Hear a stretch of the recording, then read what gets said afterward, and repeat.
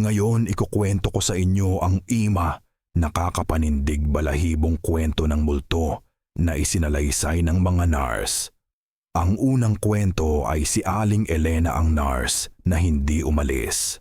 Naalala ko si Aling Elena na parang kahapon lang. Siya ang tipo ng nurse na hindi mo malilimutan. Hindi dahil sa maarte siya o madrama kundi dahil sa init ng puso niya na dala niya araw-araw. Siya si Aling Elena at mas matagal na siyang nagtatrabaho sa ospital kaysa sa karamihan sa amin. Nakita na niya ang napakaraming buhay na dumaan bawat isa ay nag-iwan ng marka sa kanyang puso. Nagsimula ako dito bilang isang batang nurse bagong graduate at si Aling Elena ay matagal ng staple ng night shift. Mayroon siyang tahimik na gilas ang uri ng nurse na nagbibigay sa iyo ng pakiramdam na ligtas ka kahit na gumuho ang mundo sa labas. Hindi kailanman nagmamadali si Aling Elena. Mayroon siyang paraan ng paglalaan ng kanyang oras sa mga pasyente, sinisigurado na narinig sila. Naalala ko isang gabi isang pasyente na nahihirapan sa isang malalang sakit. Takot sila nawawala, nagtataka kung ano ang susunod. Umupo si Aling Elena sa tabi nila ng ilang oras. Hindi niya sila minadali, hindi niya binigyan ng mabilis na sagot. Nakinig lang siya. At pagkatapos ng oras na para umalis siya, niyakap niya sila. Isang simpleng kilos na nagbigay ng malaking pagbabago. Siya ang ganoong uri ng nurse. Nang magretiro si Aling Elena, isang matamis at mapait na sandali para sa ospital. Ang kanyang presensya ay naging isang konstante. Nakita na niya ang lahat mula sa kapanganakan ng mga sanggol hanggang sa mapayapang pagpanaw ng mga nabuhay ng matagal. At nang magretiro siya, inakala naming lahat na ito na ang katapusan ng isang panahon. Ang ospital ay naging mas tahimik nang wala siya. Ngunit ang totoo, hindi naman talaga siya umalis. Hindi sa inaasahan mo. Nagsimula ito ng tahimik sa mahinang bulungan sa pagitan ng mga bagong nurse. Nag-night shift ako at may isang bagong nurse, si Mia, na bagong salta sa team. Medyo kinakabahan siya, bagong graduate, kinakabahan sa kanyang unang solo shift. Isang gabi habang naglalakad ako sa pasilyo, narinig ko siyang kausap ang isang kasamahan. "Sumpa ako, may nakita akong tao," sabi niya, puno ng paggalito ang boses. "Isang matandang babae. Dumaan siya sa akin papunta sa room 301. Akala ko multo lang o kung ano." Huminto ako at nagtanong, "Anong ibig mong sabihin, Mia?" Medyo nahihiya siya. "Alam kong parang baliw pero may babae. Akala ko isa siya sa mga senior nurse pero nang tanungin ko kung kailangan niya ng tulong, ngumiti lang siya at nagpatuloy sa paglalakad. Nakita kong kinabahan siya kaya ngumiti lang ako para kampantihin siya. Napagod ka lang siguro, Mia. Ang lugar na ito ay nakakapanlin lang kapag pagod ka. Ngunit sa loob-loob ko alam ko ang sinasabi niya. Sa mga sumunod na linggo, parami ang mga nurse na nagbanggit ng parehong bagay, ang figura ng isang matandang babae na naglalakad sa mga pasilyo tuwing gabi.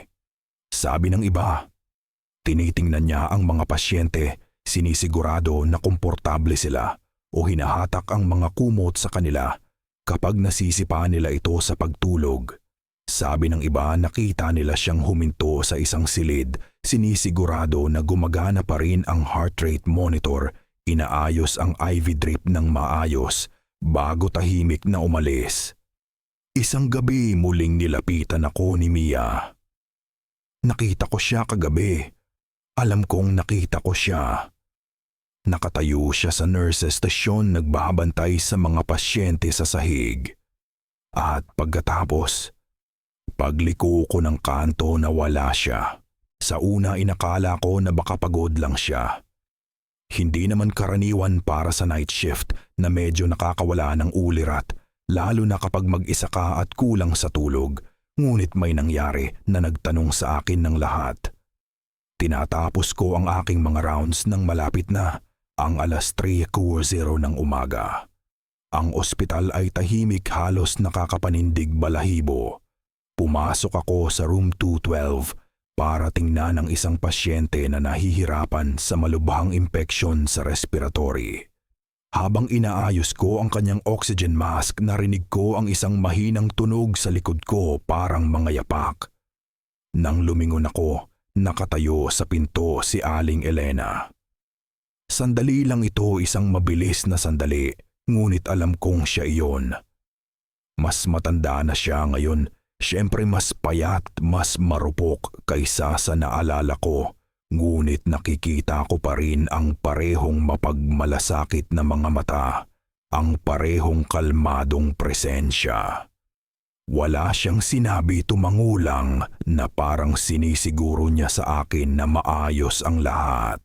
At pagkatapos na parang nilamon siya mismo ng ospital na wala siya. Mabilis kong tiningnan ang pasilyo ngunit wala roon. Sa una, kinumbinsi ko ang sarili ko na niloloko lang ako ng aking isip, isang panlilin lang ng ilaw o isang alaala mula nang nasa rito pa siya nagtatrabaho sa tabi namin. Ngunit, ang ibang nurse, ang mga bagong nurse, nagsisimula na ring mapansin ito. Hindi lang ako. Isang gabi sa isang partikular na mahirap na shift, nakita ko ang sarili kong naglalakad sa isang mahaba at madilim na pasilyo. Ito ang uri ng gabi kung saan maririnig mo ang tunog ng sarili mong mga yapak na umaalingaw-ngaw sa mga sterile na dingding, at ang bigat ng mga oras ay tila bumababa sa iyo. Pagdating ko sa dulo ng pasilyo, naramdaman ko ang isang presensya sa likod ko, isang pakiramdam na hindi ako nag-iisa. Lumingon ako, umaasa na makakita ng ibang nurse, ngunit wala roon. Pagkatapos nakita ko siya. Si Aling Elena. Dahan-dahan siyang naglalakad, tulad ng dati ang kanyang puting uniforme ng nurse ay nagniningning sa madilim na ilaw. Tiningnan niya ako, nag-aalok ng parehong pamilyar na ngiti, ang uri na laging nagpaparamdam sa iyo na magiging maayos ang lahat gaano man kasama ang mga bagay. Aling Elena, bulong ko, medyo nanginginig ang boses. Ngunit hindi siya sumagot. Tumango lang siya at pagkatapos ay lumiko sa kanto na wala sa paningin. Hindi ko kailanman sinabi sa sinuman ang sandaling iyon. Hindi sa una. Ngunit hindi nagtagal bago nagsimulang magsalita ang iba. Ang mga bagong nurse pati na rin ang mga matatanda nagsimula nang banggitin siya. Mayroon laging isang bagay tungkol sa kanya na nagpaparamdam sa ospital na mas mainit sa gabi, mas ligtas. Hindi ito ang uri ng bagay na madaling maipaliwanag. Hindi ito multo, hindi sa paraan ng pag-iisip ng mga tao sa kanila. Si Aling Elena lang ang nagtitingin sa mga pasyente tulad ng ginawa niya sa loob ng maraming taon, na parang hindi niya kayang umalis kahit pagkatapos ng kanyang pagretiro, kahit pagkatapos ng kanyang kamatayan. Nakita ko na ito ngayon maraming beses. Isang mabilis na sulyap, isang figura sa dulo ng pasilyo, isang mahinang kaluskos sa silid, kung saan nagpapahinga ang isang pasyente. At bawat oras nangingiti ako sa sarili ko, alam kong nandito pa si Aling Elena, nagbabantay sa amin. Maaaring tawagin itong kakaiba, maaaring tawagin itong imposible, ngunit alam ko ang katotohanan. Si Aling Elena ay nurse pa rin. Ang uri ng nurse na hindi kailanman talagang umaalis. Ang ikalawang kwento ay ang nurse sa lumang bodega. Mayroong lumang bodega sa aming ospital. Hindi ito bahagi ng mga regular na rounds. Hindi talaga ito lugar na gustong puntahan ng sinuman. Ito ay nakatago sa likod ng lumang pintuan na gawa sa kahoy na umaalingaw-ngaw kapag binuksan mo. Walang sinuman ang talagang nag-uusap tungkol dito. Nandyan lang. Taon na ang nakalipas mula nang gamitin ang bodega na iyon para sa anumang praktikal. Matagal bago ang panahon ko ito ay isang storage space para sa lumang medical supplies, kagamitan na hindi na kailangan ng sinuman. Nandoon pa rin ang mga estante puno ng alikabok at sapot na kasalansan ng mataas na may nakalimutang mga kahon at isang nananatiling amoy ng amag na tila hindi nawawala. Ngunit ang hindi pinag-uusapan ng mga tao at ang bihirang nating banggitin sa break room ay ang nurse ang nagmumulto sa bodega. Hindi ako naniniwala sa anumang kakaiba. Nagtrabaho ako ng mahabang shift sa iba't ibang bahagi ng ospital. Ngunit ang bodega bawal ito maliban kung kailangan mo ng isang bagay mula sa storage doon. At kahit noon mabilis kang pupunta pasok labas. Narinig ko ang mga kwento nang magsimula ako dito. Ang mga nurse na matagal nang narito ay minsan ay bubulungan ito ngunit laging sa pagdaan. Isang mahinang komento, isang sulyap sa balikat. Ang nurse sa bodega, sasabihin nila na may kinakabahang tawa. Nakalumang damit siya. Sa una inakala ko na isa lang ito sa mga kwento. Alam mo na ang uri na ipinapasa para gawing mas hindi nakakabagot ang night shift. Ngunit pagkatapos nangyari ito sa akin, isang tahimik na gabi ang uri kung saan pakiramdam mo ay humihinga ng malalim ang ospital. Ilang pasyente ngunit walang masyadong seryoso. Kasama ko si Sarah, isang nurse na halos 15 taon nang narito. Nag-uusap kami tungkol sa darating na weekend nang lumiko ang usapan sa bodega. Binanggit ni Sarah na bumaba siya doon upang kumuha ng ilang lumang supplies. At doon niya nakita ang figura ng isang nurse na naglalakad sa pagitan ng mga estante. Mukha siyang galing sa ibang panahon. Sabi ni Sarah, malaki ang kanyang mga mata habang ikinukwento ang engkwentro. Ang kanyang uniforme ay luma, isang bagay mula pa noong unang bahagi ng 1900s. At ang pinakakakaiba, naglalakad lang siya na parang ginagawa niya ang kanyang mga rounds.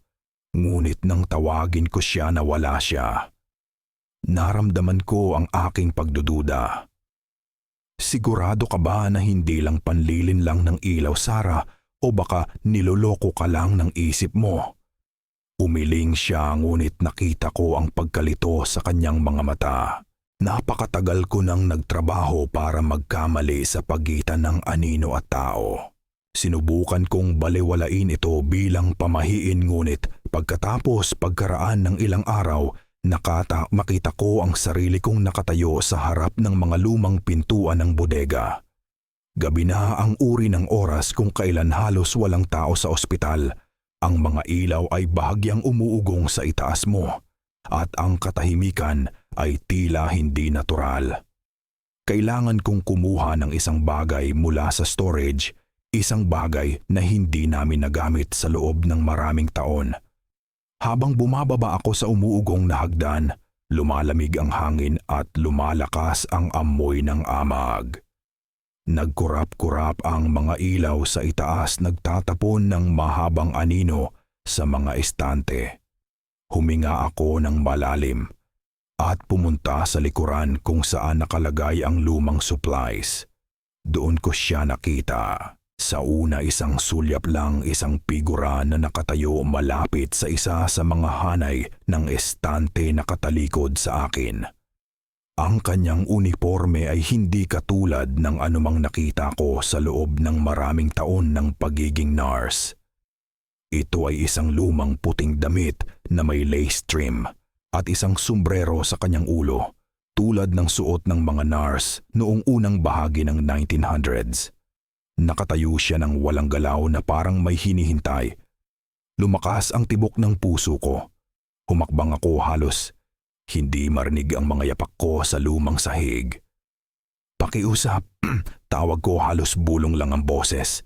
Hindi gumalaw ang nurse, hindi lumingon. Inakala ko na baka hindi niya ako narinig o na isa siya sa mga mas matatandang staff na hindi ko nakilala. Kaya tumawag ako ulit, medyo mas malakas ngayon. Ayos ka lang ba? At pagkatapos kasimbilis ng kanyang paglitaw na wala siya. Isang sandali ay nakatayo siya doon sa harap ko at pagkatapos ay wala na. Walang kaluskos ng damit, walang yapak, isang bakanteng espasyo na parang hindi siya kailanman naroon. Nakatayo ako doon sandali, malakas ang tibok ng puso sa dibdib, sinusubukang unawain ang kakagawin.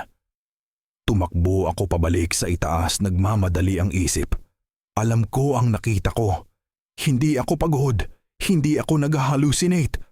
Nakita ko ang isang nurse na naka-vintage na damit na nakatayo sa bodega. Sa mga sumunod na araw, hindi ko maalis ang pakiramdam. Nakita ko ang sarili kong sumusulyap sa balikat ko, laging umaasa na makikita siyang nakatayo doon nagbabantay mula sa sulok ng aking mata. Hindi lang ako. Parami ng parami ang mga staff na nagsisimulang magbahagi ng kanilang sariling mga karanasan. Nakita siya ng ilan na naglalakad sa mga estante. Nakita siya ng iba na nawawala sa kanto. May isang nurse pa nga na nagbanggit ng pagdinig ng mahinang tunog ng mga yapak, mabagal at matatag na umaalingaw-ngaw sa pasilyo. Kapag walang dapat na tao doon, walang sino man ang nakakaalam kung sino siya. Walang mga record ng isang nurse mula sa panahong iyon na kailanman nagtrabaho dito at pagkatapos ay namatay.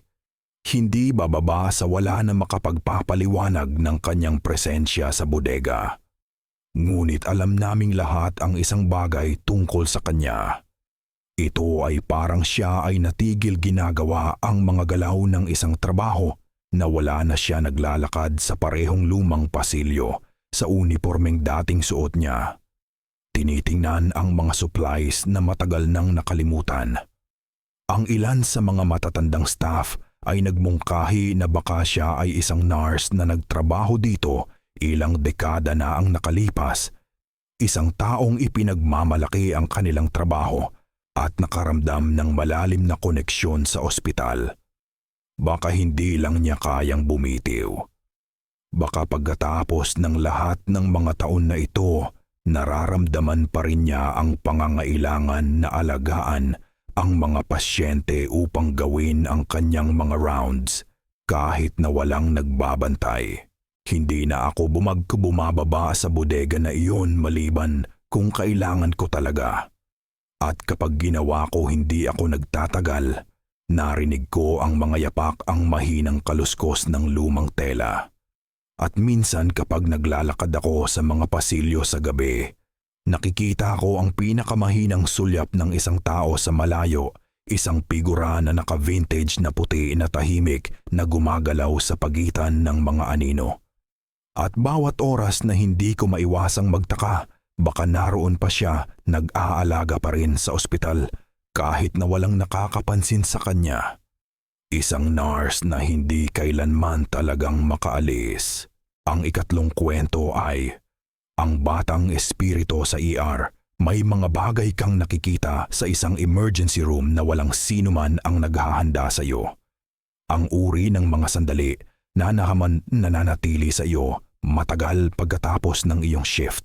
Ang mga nagmumulto sa iyo kapag sinusubukan mong matulog o kapag naglalakad ka pa uwi sa tahimik na gabi.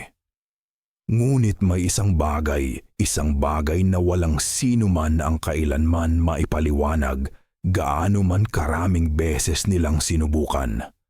Ito ang bata, ang maliit na multo. Naging nurse ako sa ER sa loob ng mahigit isang dekada at nakakita ako ng lahat ng uri ng bagay. Ang mga sigaw, ang dugo, ang kaganapan kapag ang pinakamahirap na pasyente ay mabilis na dumarating.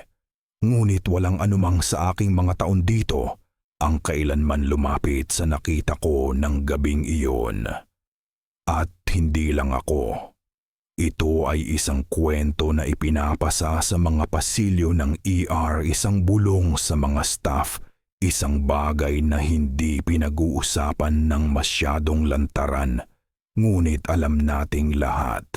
Nagsimula ito sa isang tahimik na gabi, ang uri kung saan iniisip mo na magiging isa lamang itong hindi mahalagang shift.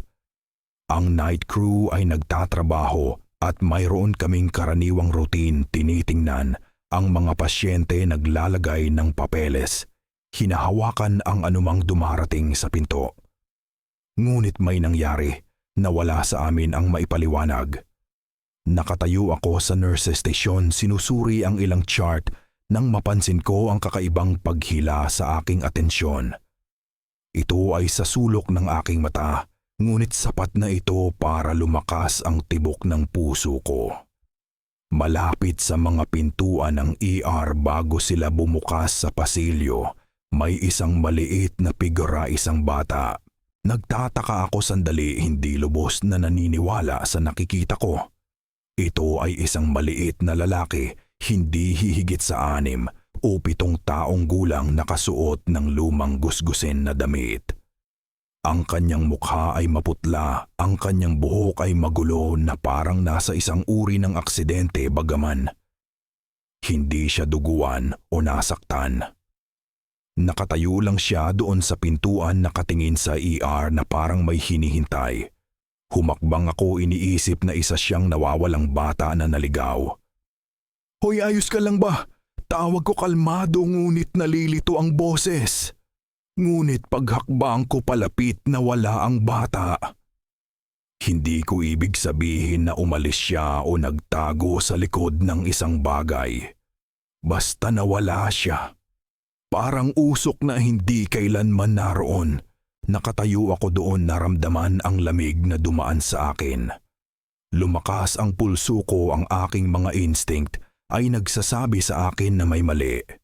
Tumingin ako sa paligid, ngunit walang ibang nakapansin.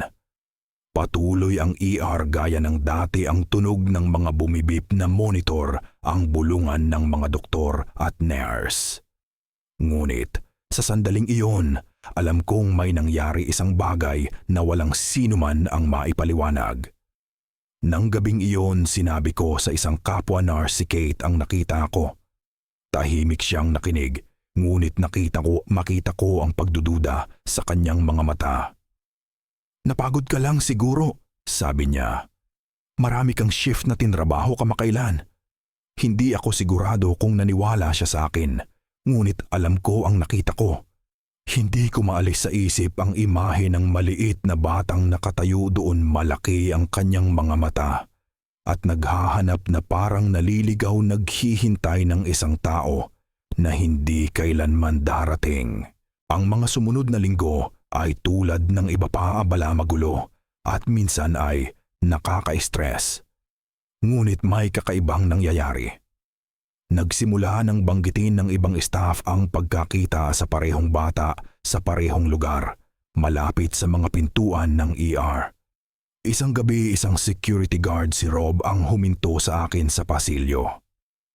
"Hindi mo paniniwalaan ang nakita ko," sabi niya, maputla ang kanyang mukha.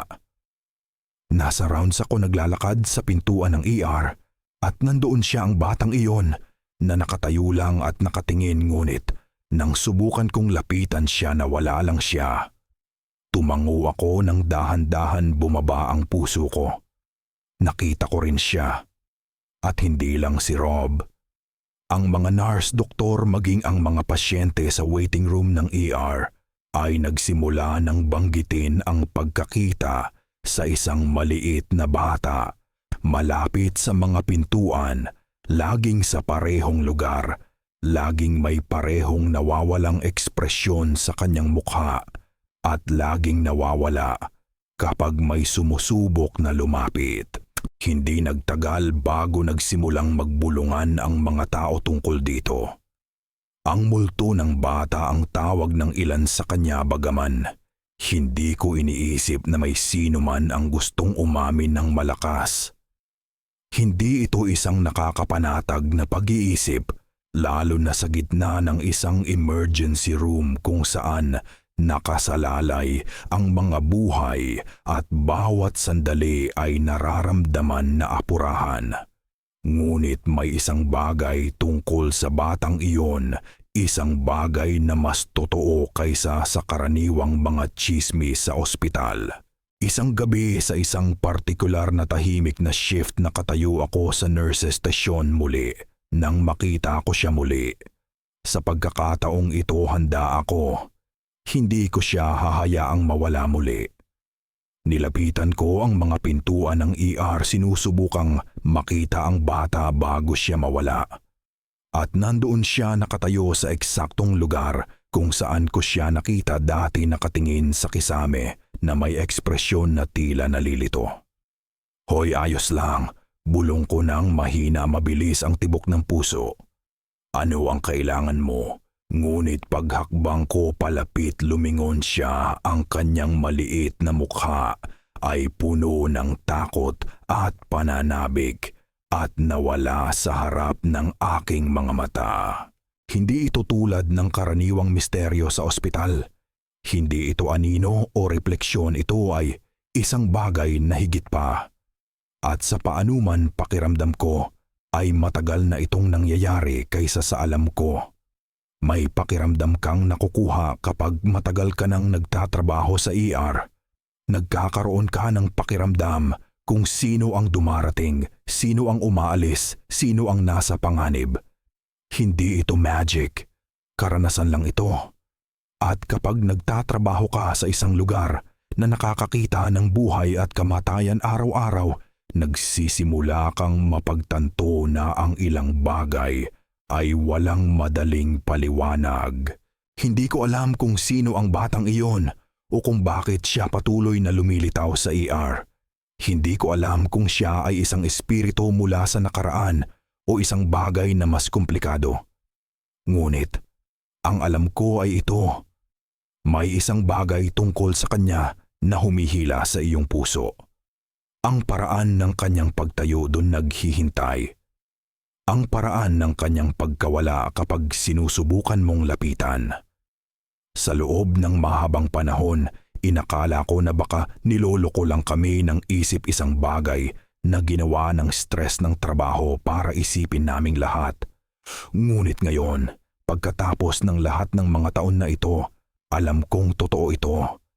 Nandito pa rin ang batang iyon, naghihintay pa rin. At sa palagay ko sa loob-loob namin, alam nating lahat kung bakit hindi siya kailanman umalis. Baka may isang taong hinihintay pa rin siya. Ang ikaapat na kwento ay ang bisita sa hinihintayan. Sa aming ospital, may isang waiting room na hindi gaanong dinadalaw. Nakatago ito sa likuran, isang mas tahimik na lugar kung saan maaaring maghintay ang mga pamilya ng balita tungkol sa kanilang mga mahal sa buhay nang walang lahat ng kaguluhan sa pangunahing waiting area ng ER. Luma ang mga upuan, malambot ang ilaw at laging may pakiramdam ng kapayapaan sa silid na iyon. O hindi bababa sa mayroon noon hanggang sa nagsimulang lumitaw ang bisita. Ito ay sa panahong nagsisimula pa lang ako dito nang marinig ko ang mga bulungan. Bubulungan ng mga nurse sa mga pasilyo tuwing gabi kapag tahimik ang mga bagay. Narinig mo ba ang tungkol sa bisita? Tanong nila, mahina ang kanilang mga boses, halos nag-aatubili. Ang ilang matatandang staff ay magbibiro lang habang ang iba ay uiling lang. Bago pa nagbakpa ko lang ako at inakala ko na isa lang ito sa mga kwento sa ospital na naririnig mo sa bawat lugar. Ngunit pagkatapos nagsimula akong mapansin ang isang kakaibang bagay. Ito ay sa night shift mga 2 buwan matapos akong magsimula nang una itong mangyari sa akin. Ginagawa ko ang aking mga rounds, tinitingnan ang mga pasyente at maayos ang lahat. Tahimik ang ER sa sandaling iyon at katatapos ko lang mag-update ng isang chart nang sumulyap ako sa waiting room. May nakaupo doon isang babae na nakasuot ng simpleng Amerikana, nakatiklop ng maayos ang kanyang mga kamay sa kanyang kandungan. Nakaupo siya ng perpekto na parang may hinihintay, hindi mabasa ang kanyang mukha. Sa una hindi ko gaanong pinansin, mayroon kaming ilang bisita ng gabing iyon, mga taong dumating upang umupo kasama ang mga miyembro ng pamilya o maghintay ng update. Ngunit pagkatapos, may nakatawag ng aking pansin. Nakatayo ako malapit sa nurses station, naglalagay ng papeles. At muli akong tumingin sa waiting room. Nandoon pa rin ang babae. At may isang bagay tungkol sa kanyang postura, ang paraan ng kanyang pagkakaupo ng tahimik na mali. Parang hindi siya tunay, parang hindi siya bahagi ng daloy ng buhay sa ospital. Sinabi ko sa sarili ko na nagiging paranoid lang ako, na baka isa lang siya sa mga bisita na naghihintay sa kanilang mahal sa buhay. Ngunit habang naglalakad ako sa waiting room para tingnan ang ibang pasyente, muli akong sumulyap sa loob at nawala ang babae. Nagtagal ako sandali nakatitig sa mga walang laman na upuan. Bumilis ang tibok ng puso ko. Umalis ba siya? Pumasok ba siya sa banyo? Ngunit hindi ko narinig na bumukas ang pinto. Hindi ko siya nakitang gumalaw. Tahimik ang silid. Hindi ko maipaliwanag. Ngunit naramdaman ko ang lamig, isang tahimik na pagkabahala na gumagapang sa aking gulugod. Bumalik ako sa nurses station at sinabi sa aking kasamahan, si Emily, ang nangyari. Baka umalis lang siya habang hindi ka nakatingin, mungkahi ni Emily, ngunit hindi rin siya kumbinsido. Kakaiba nga, nakita ko rin siya ang babae. Nandoon siya nakaupo ng tahimik, naghihintay ng isang bagay. Ngunit pagkatapos ay bigla na lang siyang nawala. Iyon ang unang pagkakataon na nakita ko ang multo ng bisita, ngunit hindi ito ang huli. Pagkaraan ng ilang linggo sa isa pang tahimik na gabi, mag-isa ako sa pasilyo nang mamita ko muli ang parehong babae na nakaupo sa waiting room. Sa pagkakataong ito, nagpasya akong suriin. Dumaan ako sa bukas na pinto, sumulyap sa kanya. At pagkatapos ay ginawa ko ang aking negosyo. Abala ako sa pagsubok na pamahalaan ang ilang huling minutong gawain bago matapos ang shift. Ngunit nang bumalik ako pagkaraan ng wala pang 5 minuto, walang laman ang waiting room. Sigurado akong nakaupo siya doon. Nakita ko siya ng sarili kong mga mata. Ngunit nang tumingin ako sa loob, wala ni isang kaluluwa. Hindi lang ako ang nakaranas nito. Sa paglipas ng panahon, nagsimula ng magbahagi ng kanilang sariling mga karanasan ang ibang staff sa bisita. Ang mga nurse, orderly, maging ang mga security guard ay nakita siya. Sabi ng ilan, nakasuot siya ng simple at hindi kapansin-pansing damit, isang Amerikana, isang scarf na parang naghihintay siya ng isang tao na hindi kailanman darating. Sabi ng iba, mukha siyang nabibilang sa ibang panahon ang kanyang damit mula sa mga dekada na ang nakalipas. Mayroong mga kwento ng mga pasyente na naghihintay sa parehong silid at napansin ang babae at naramdaman ang matinding kapayapaan. Ngunit nang lumingon sila sandali, nawala siya. Walang sino man ang kailanman nakapagpaliwanag nito. Nandyan lang siya, laging naghihintay, laging kalmado. At pagkatapos ng walang bakas, nawala siya. Ang mas nagpagulat dito ay ang katotohanan na walang sino man ang tila nakakaalala na umalis siya. Parang hindi talaga siya naroon maliban sa maikling sandali na may sumulyap sa kanya. At naramdaman ang nakakagulo na pakiramdam. Parang siya ay umiira lamang upang makita sa isang maikling segundo, sapat lang upang mag-iwan ng impresyon bago mawala sa wala. Hindi na ito isang kwento. Naging bahagi na ito ng estruktura ng ospital, isang hindi ibinibigkas na katotohanan na alam ng lahat. Ngunit walang sino man ang talagang nag-uusap tungkol dito. Ang multo ng bisita ay hindi masama. Hindi siya isang figura na nagdulot ng pinsala o nanakot sa sinuman. Ngunit may isang bagay tungkol sa kanyang presensya na nakakagulo. Naghihintay lang siya. Isang gabi habang paalis na ako para sa gabi, makita ko ang pamilyar na walang laman na waiting room sa huling pagkakataon. Malapit na akong lumabas ng pinto nang sumulyap ako sa loob at nandoon siya nakaupo sa kanyang karaniwang lugar, mukhang kalmado at payapa. Dumaan ako sa pinto at lumiko sa kanto, ngunit bago ako umalis hindi ko napigilan. Kailangan kong sumulyap sa huling pagkakataon. Nang ginawa ko na wala siya. Ngayon hindi ko alam kung ano ang gagawin dito. Narinig ko ang sabi ng ilan na siya ang espiritu ng isang mahal sa buhay na hindi kailanman nakalabas ng ospital, naghihintay pa rin sa isang taong namatay. Ang iba naman ay iniisip na baka siya ay isang taong dating bumibisita sa ospital ng regular, marahil isang pasyente na naghintay ng walang katapusan sa isang mahal sa buhay. Ngunit hindi kailanman nagkaroon ng pagkakataong magpaalam. Ano man siya, nandyan pa rin siya sa isang lugar sa walang laman na waiting room. At paminsan-minsan, kapag naglalakad ako sa silid na iyon, nararamdaman ko ang kakaibang paghila na parang dapat akong tumingin sa loob. Dahil kahit na ayaw kong umalis, bahagi ako ng mga nagtataka. Naghihintay pa ba siya ng isang bagay at kung sino nga ba ang hinihintay niya? Ang ikalimang kwento ay ang halakhak sa silid 309.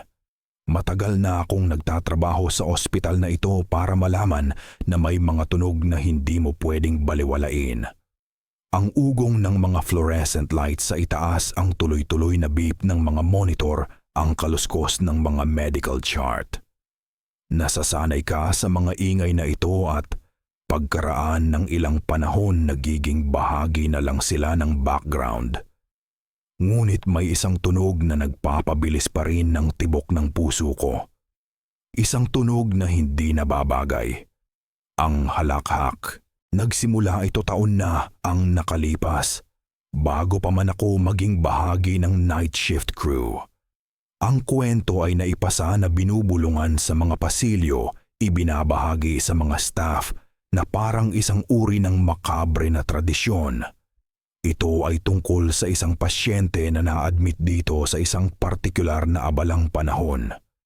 Ang mga detalye ng kanyang kondisyon ay hindi kailanman lubusang malinaw.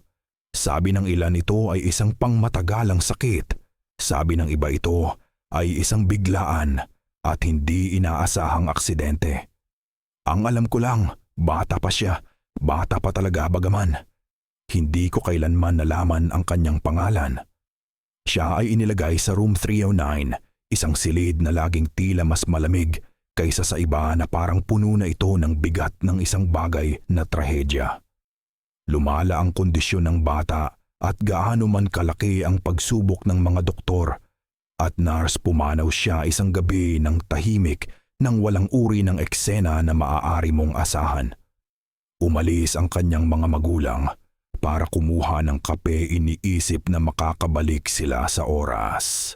Ngunit nang bumalik sila, huli na. Pumanaw ang bata sa kanyang pagtulog at kasama niya ang pag-asa ng lahat ng mga doktor na nakipaglaban para iligtas siya. Dapat sana ay iyon na ang katapusan nito. Isang malungkot na kwento, isang trahedya.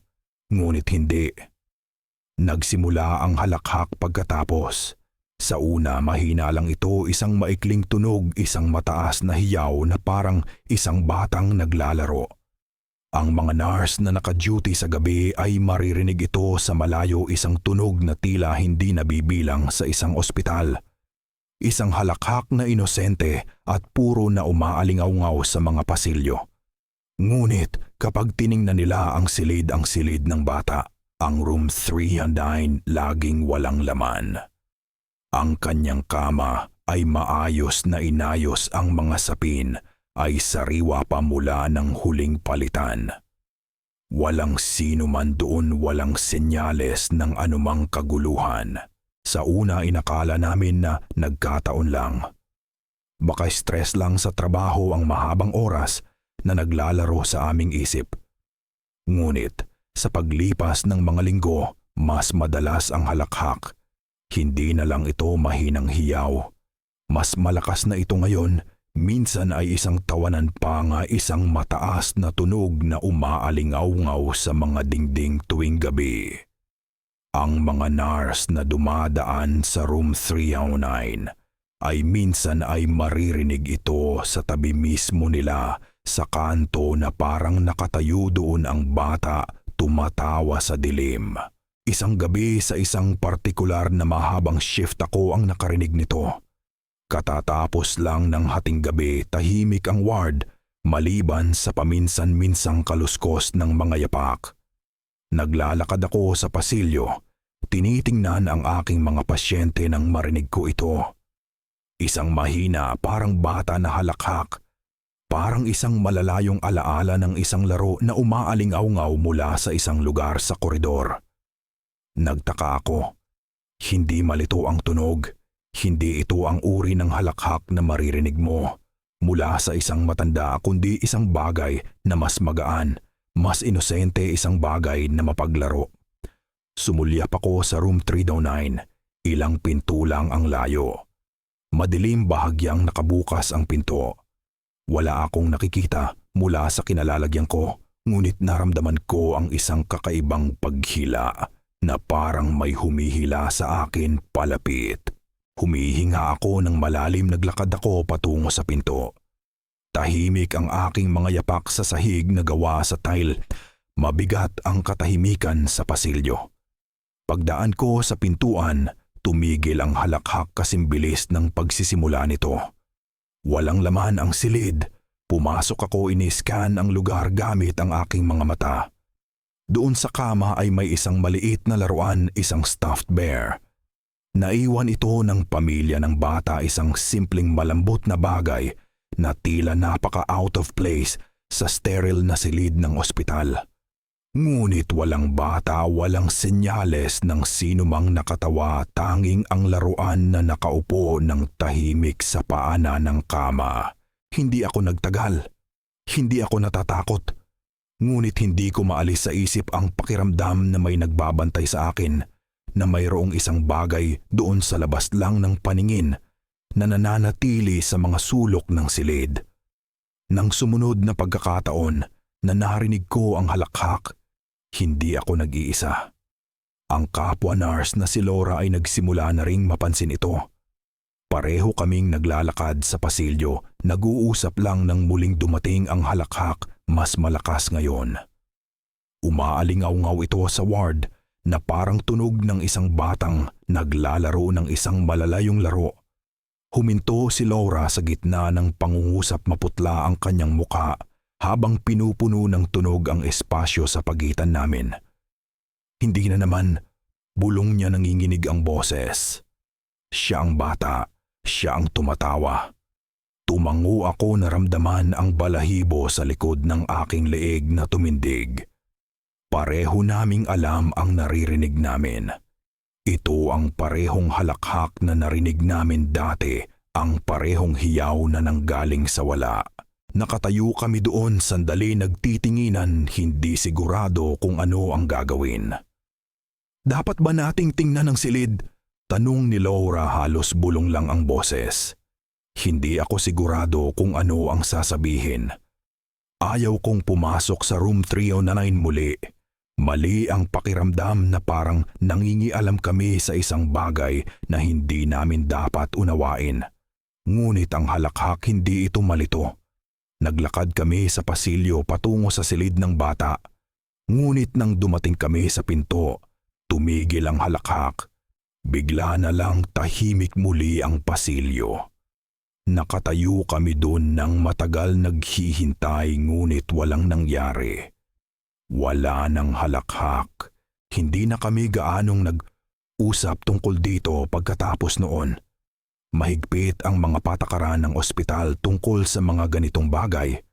Walang lugar para sa mga kwento ng multo o pamahiin sa larangan ng medisina. Ngunit alam ko ang narinig ko. At hindi lang ako.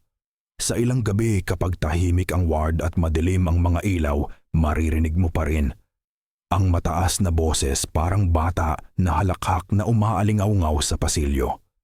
Ito ay isang tunog na hindi mo pwedeng baliwalain gaano man kahirap mong subukan.